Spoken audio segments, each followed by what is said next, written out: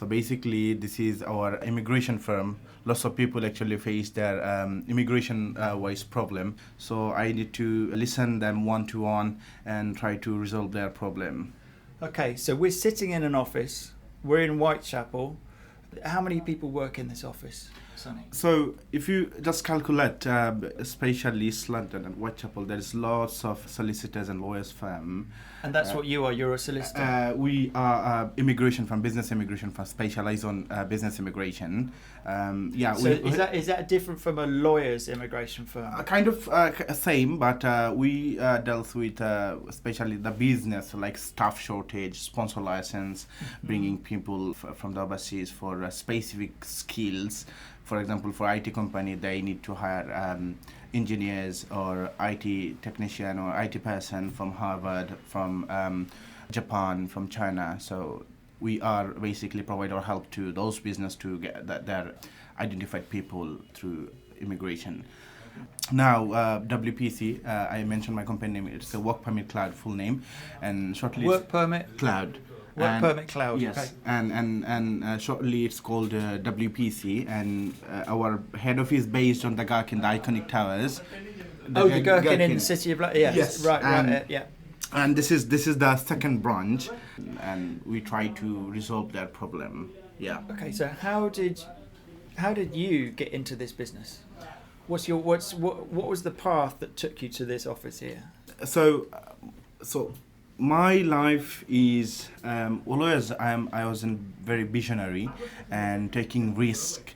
And so you're a risk taker? Yes, taking risk for taking any kind of initiative. For example, when I was a student, so if anything goes on student rights, so my was raised on the first side alongside the student community. Basically, I'm from Bangladesh, and you know that there is lots of problem. Bangladesh is facing lots of problem for education, health. So were you like a student convener, or were you involved in like the student union, or are you saying that you were part of the student representation? Yeah, student. So I basically represent my college or university. Whatever we facing problem, maybe classroom issues, maybe teachers issues. So I'm the first person who raised the voice. We need this classroom. We need this, that. We need those lab technician. We need this lab facilities. You know, Bangladesh is a third world country, so we not all of getting equal facilities. But to be one of those people who does the student convening, who tries to change things, who says we have these rights and we need better services, etc., you have to have a certain confidence. Yeah, of course. More than your colleagues, because they were like, oh, well, it is what it is. Yes, and you're like, no, that's not good enough. We need change. I'd love why, to. Why are you like that? I'd love to take accountability because of my fathers. Because I saw my fathers. So my fathers have 4 siblings, and he was the eldest one. And so your father was one of 5. Yeah, and he's the eldest brothers. Right. So always I saw my fathers to advise them what they need to do for better life, better education. So I always saw my fathers, he taking accountability, he taking concern for any kind of issues, he raising voice for the rights, for the people. And that's interesting. So he was basically your role model. Yes, he's my basically mentors. So I take this kind of knowledge and what's called from my fathers basically. And what about your mother? Did she have a role also in being a role model? Yeah, of course. I saw my mother's. He's so kind. So I saw my mother's. He provide food to poor people, provide clothes to poor people, especially in cold condition in Bangladesh. There's shortage for the blanket for the poor people. So as my father was a businessman in Qatar, he was a gold and perfume business in Qatar. So normally we are a wealthy family, and my mother always tried to provide those support to non-developed families. So your mother was providing the charity, and you saw the kindness, and you saw the concern for people who are less fortunate. Yes. And your father was the role model in terms of you can change things, you can make your way in life. Yes, exactly. Yes, you're correct. So that's why I chose this job, basically because in the UK people are facing one health problem, another is immigration problem. They come for a better life, better education, and contribute this country's economy through their skills. And Mijo, turning to you, tell me about your background, how you got here. What drove you to become a, how do you describe it, business? WPC, Yeah, how? But it's a work permit cloud. no, but the actual work you do, it's not an immigration lawyer. It's a business. Business. So we support business to bring their right stuff. Business immigration. Business, yeah. What brought you to this point of your career where you're doing business immigration services? I've studied accountancy in my university. So you've got a different technical approach yeah. to Sunny. Yes. Like he. What did you study, Sunny? Yeah, I studied in science. All right, so you're a scientist and you're an accountant. All right, sorry, carry on. So I've studied accountancy, and after that I've worked in a big accounting firm. It's called UHY. It's one of the top 20 accountancy firm in the UK. I lived in York for a few years actually. York in the north of England. Yes, in North Yorkshire. So I lived there, and after that, because I am from Bangladesh, and most of our community people lives in East London, and I used to come here for holiday or for other needs every now and then, and whenever I used to come, I felt like I'm kind of like back home. That's here. interesting. Right. So coming from York to Whitechapel was a bit like it felt more like. Yes, more like homely environment. And also I have lots of relatives who live there. So whenever I come, I actually I didn't want to go back, but I had to go back for life and other needs. Right. So especially I have the relatives, the friends that I meet. I can engage with them more, and I could feel like I'm around my people. Even though I do enjoy living in the York. I was part of the local cricket team. I got lots of friends there, and obviously I worked there, so I do have work colleagues and others who I used to go out with. But even though I always wanted to come back to London, and because most of my family members live in London, and when I got this opportunity to be here, this is a business immigration company, but I do the accounting part of the job, so this is still within my specialties. Right, so you brought your skills here, but in terms of moving down here, you wanted to be in this area because it was just a place that you wanted to be more than York in terms of like environment, in terms of social. Yeah, of course. Like where I used to live about 40 minutes drive away from York city centre. So religiously, like for mosque, the nearest mosque was about 40 minutes drive. So we need to go 5 times for prayer to the mosque. So I could only go once in a week on Friday. But here I got mosques everywhere, and I could go easily. And is it important for you personally that you go to the mosque more often than one time a week? I'm not saying like I do every day, but I should go. But practically, whenever we go, it gives you inner peace. It's like kind of like yoga and stuff. So you get as well as the religious benefit, you also get health benefit, mental benefit as well. So that's one thing. Another thing was the food that I used to miss a lot. Because in here, if you walk every 1 or 2 minutes, you'll find a restaurant that caters the South Asian food. And you're talking about the main street of Whitechapel and the side streets. There's a lot of restaurants, yes, and they're selling the food that you like. Yes, that's right. Just going back to the mosque and the feeling it gives you when you're in the mosque, would you say that that's the one place where you're guaranteed inner peace, or do you sometimes when you go home, is it also a peaceful environment, or is your home a busy environment? No, thankfully my home is a peaceful environment as well. So the mosque is like where you can be quiet, silent, and it's like meditation type things. And yet it's a very when I've gone past the large East London mosque here, it's very busy. There's a lot of people, so you're finding that inner peace, but you're finding it amongst a lot of people. Yes, of course. So sometimes for work, life, and everything, we don't get time to see other people in your community, or sometimes friends or relatives.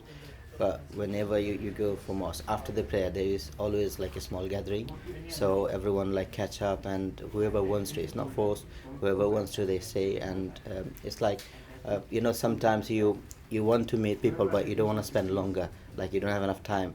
But for short catch up, it's really good thing. It's a limited time. Everyone knows there's like 15 minutes afterwards, and then life continues. Yes, that's right. For both of you, Mijan, you also grew up in Bangladesh. Yes, I did. For both of you, you're in your second culture of life, Bangladesh and then UK. Do you find it easy to live across two cultures, to be both Bangladeshi but also British Bangladeshi? From my point of view in the UK, so from Bangladesh, which part I belongs to, it's called Sylhet.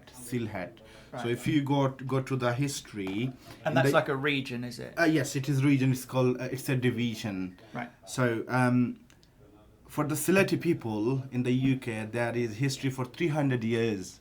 So 300 years before, people come through sheep, and they contribute here. So the sailors, sailors, traders, traders, and right. they contribute this country. They build, they help to build this country. So, for me, for the especially East London, it's very familiar to Sylhet, the part of, because if you go through the Sylhet house-wise, you will find at least one people from the one house they live in the UK from the Sylhet.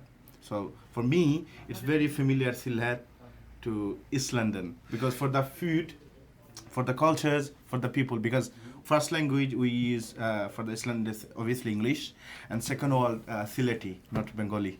Oh, I didn't realise. Yeah. Okay, so is that a dialect or is that a separate language? It's a separate language because Sylheti have their own books, own word, own writing style, but it's now it's vanished day by day, for the evolution, and now it's considered as a Sylheti dialect.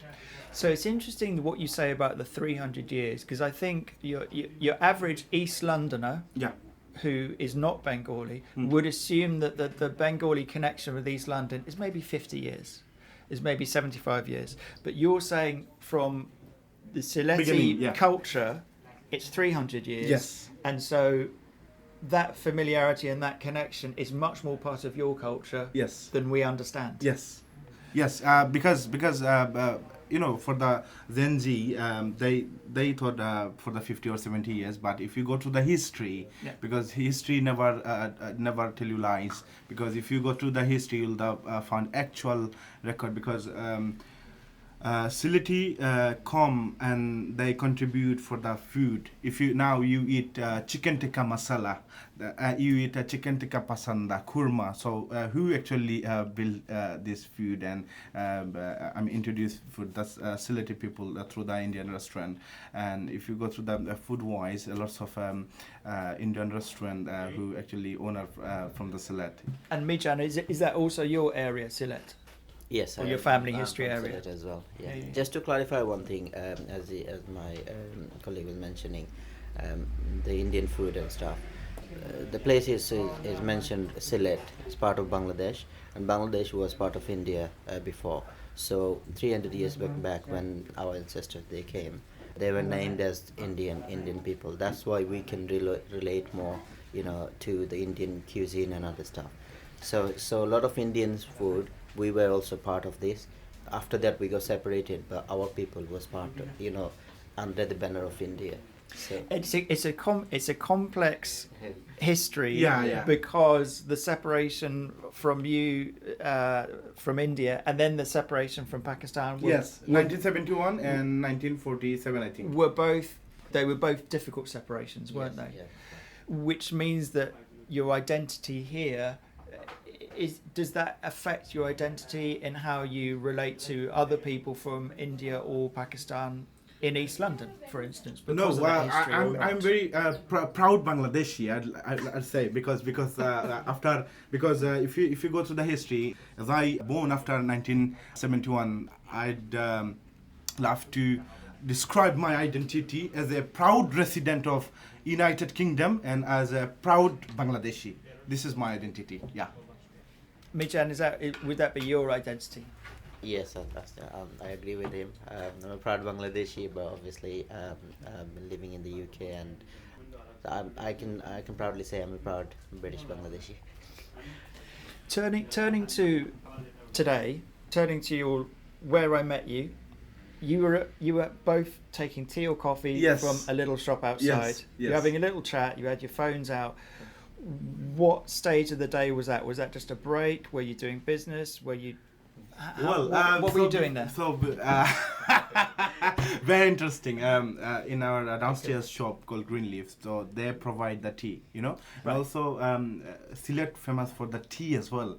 So before we start our office, we drink a small cup of tea for refreshment, for the energy. And if I got a chance for maybe after seeing 1, 2, 3 clients feel tired, dizzy, then drink a cup of tea, then feel refreshment. So tea is your fuel, not coffee. Sometimes coffee, but not that much. But because tea is very effective for us. Basically, I'm from Sylhet, that's why. Because I'm so familiar with tea. Yeah. So that's one of the reasons why I moved back to London from York, actually. No, honestly, it sounds funny, but I love tea, and especially the way we have it, like Bangladeshi tea. So in York, like you can have like English tea, normal tea, everyone have it. And the people in Yorkshire are very proud of their tea. Yeah, of They have course. Yorkshire I tea. Yorkshire tea, yeah. I do use Yorkshire tea to make it in our way, actually. The tea bag, actually. Okay. But Yeah, that's but kind of like. Yeah. I need to add another information for you and for listeners. Based on tea, now if you have a look, some giant venture is grown up for the business. If you go to Chaiwala, it's a company based on tea only, right? If you go through Costa Coffee, they add now Costa tea.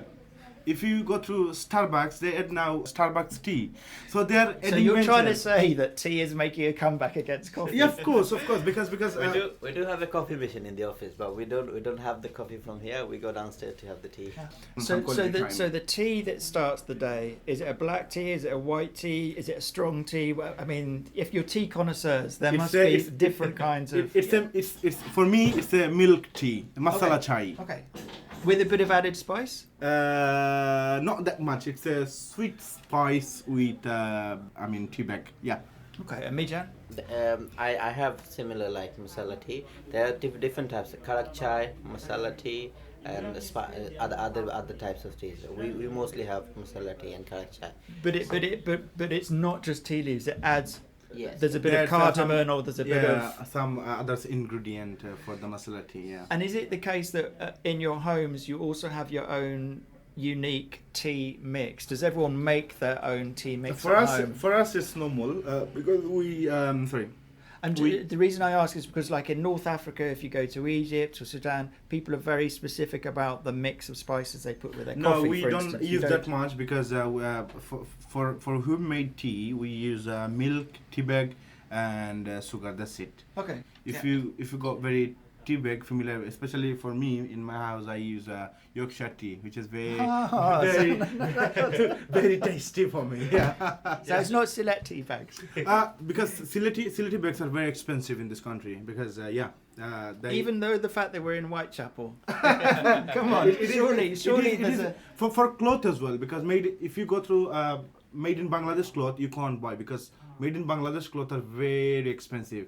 Most of tea shop they're using normal tea from Yorkshire tea or the UK teas basically. Yeah. So there is a shop in Whitechapel though. It's called Pass By, which is in English is translated Five Brothers Restaurant. So they do like proper Sylhet teas, Just to clarify one thing, not to upset my Yorkshire mates, I do use Yorkshire tea. I prefer this over PG.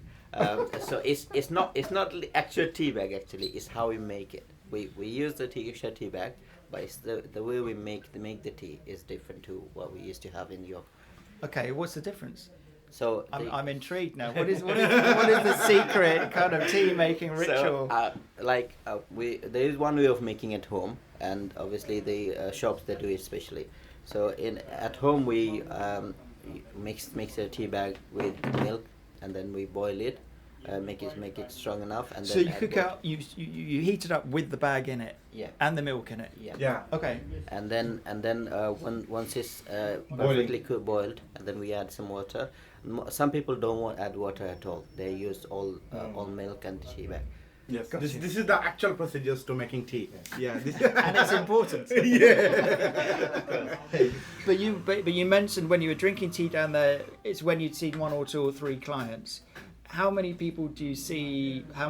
Sonny, in this office, we're sitting in your office. How many people would you see in a day? How many cases would you go through? It's depend. It's depend, my friend, because it depends on the workload. Because normally I am taking 15 to 20 appointments, 15 minutes per person. So people have a 15-minute window to they explain have, things. Yeah. And then what within happens? this 15 minutes, and I come up with a solution what he need to do or what he don't. So yeah, within 15 minutes they can make decision. For example, maybe it's almost like a doctor's surgery. It's almost like a 10-minute slot. Doctors and lawyers' life kind of similar. It's based on experience. It's based on principle. It's based on within the law. So normally, most of employers, as they are making money, they don't have time to, check the candidate. So if they use our softwares, they can check his immigration status easily. So you are providing a service which makes their lives easier. Yes, exactly. We are doing home office job. Yeah. So see. If he use my softwares, he can easily find out whether this person have right to work in the UK or not. So we are providing real life basis solution towards small business who are struggling to maintain their compliance, who are struggling to maintain their business. We are trying to help those business to keep their life easy and continuously and smoothly run their business. Whether we are and once they are surviving, in the meantime they contribute to the economy, they contribute the VAT, they're creating the employment, and they're providing job and make this country wonderful. That's a good speech. You should go into Parliament. One day maybe. And Mijan, as the accountant in this business, are you driving Sonny? Are you looking at the numbers and going, Sonny, we need to up the business, you need to work harder? Are you actually the boss here, or is Sonny going, stay out of my business, I'm doing my job? I'm not the boss. He is his own boss, and and also there's other colleagues of mine who are in charge of those things, and I do provide help as much as possible from my side, actually. Okay. I'm very aware, given what you've said about how the business runs, I'm very aware that I'm eating into the time of people who need your help. So finally, I just wanted to ask both of you, just look into the future. You've told me a bit about your journey to where you got to here in this office, where you started and how you sort of progressed this far. What about looking to the future? If I came back to this office in 10 years, would I find you still here? Sonny, Mijan, would you still be here? Or do you think things might have evolved and you might go somewhere else? Mijan? I think I'll stay here. Hopefully, else. Are you just saying this because the boss might be listening? No, boss is not here, so he's not listening. So I think I do enjoy working here. One thing to mention, like normally before when I used to work, after work I had to plan something with friends and families to socialize or other things. But here when I'm working, I feel like everything is covered. Like I feel like I'm after even it's not like very strict environment. So we have like colleagues is like friends. So we also play football together in the weekend. Oh, nice. So there's an informality about work where it spills over into social life too, Yeah. and you can even play football together. Yeah. Where do you play football? There are a few places. One of them is Stepney Green staff. Yeah. Stepney Green football pitch. Are you both players? Yeah. Yeah. Okay. Who's which position? I play in centre back. Okay, solid, reliable, Yeah, I like to sunny. Strikers. How would I have guessed that? One Going day. for glory. Going for glory. Yeah. So I come back to your question. So for me, if you come after 10 years, I think you can meet me again, because businessmen, they don't have time, and they don't bother small things. So once they are taking our service, specifically they know what they need to do according to the law. That's how actually they are sustaining. Maybe they are getting sponsor license. Maybe they are securing 2-3 people for their own skill. Maybe butchers, maybe chef, maybe software engineers, maybe sous chef, tandoori chef. So they are securing these people, and these people provide help for this business for 2, 3, 5, 6, 7, 10 years. I mean, I saw one people serving for the one business more than 20 years, and now he became a partner of this business, and they are every day they are making 100,000 pounds that they're selling, and they're taking our service to secured everything okay, the compliance wise, the license wise, the people wise. So you're saying you're an important part of the business ecosystem of this area. 100%. Not only this area. Last time, maybe 2 or 3 days ago, I calculate or internally. Now I found that 50-50. 50% is Bengali community or Bangladeshi cultural people that are taking service, and 50% Indian, Chinese, Japanese, Nigerian, Turkish community. So from different community, they are taking our service. Even from the British community, they are taking our service. We are providing help to get secret people for the subway, the chain shop. We are providing companies like Hilton Hotel. They're offering wonderful service, and they're very high class business within the UK market. McDonald's, they're securing their managers from the outside of country. So we are trying to provide our this niche and unique service to those business to secure their identified and most intelligent people for this business, and contribute to the community, contribute to the business, contribute to the company, contribute to the country. Yes. So that's what we are providing. Yeah. Brilliant. Thank you both very much for giving me your time. I approached you when you were drinking tea together. You very kindly have given me all this time. I'll let you get back to work, but it's very nice to meet you both. Thank you. Thank you. Hopefully see you soon after 10 years. Hopefully not, because then I'll have a problem and you'll need to solve it. Thank you. Thank you very much. Thank you. Thank you.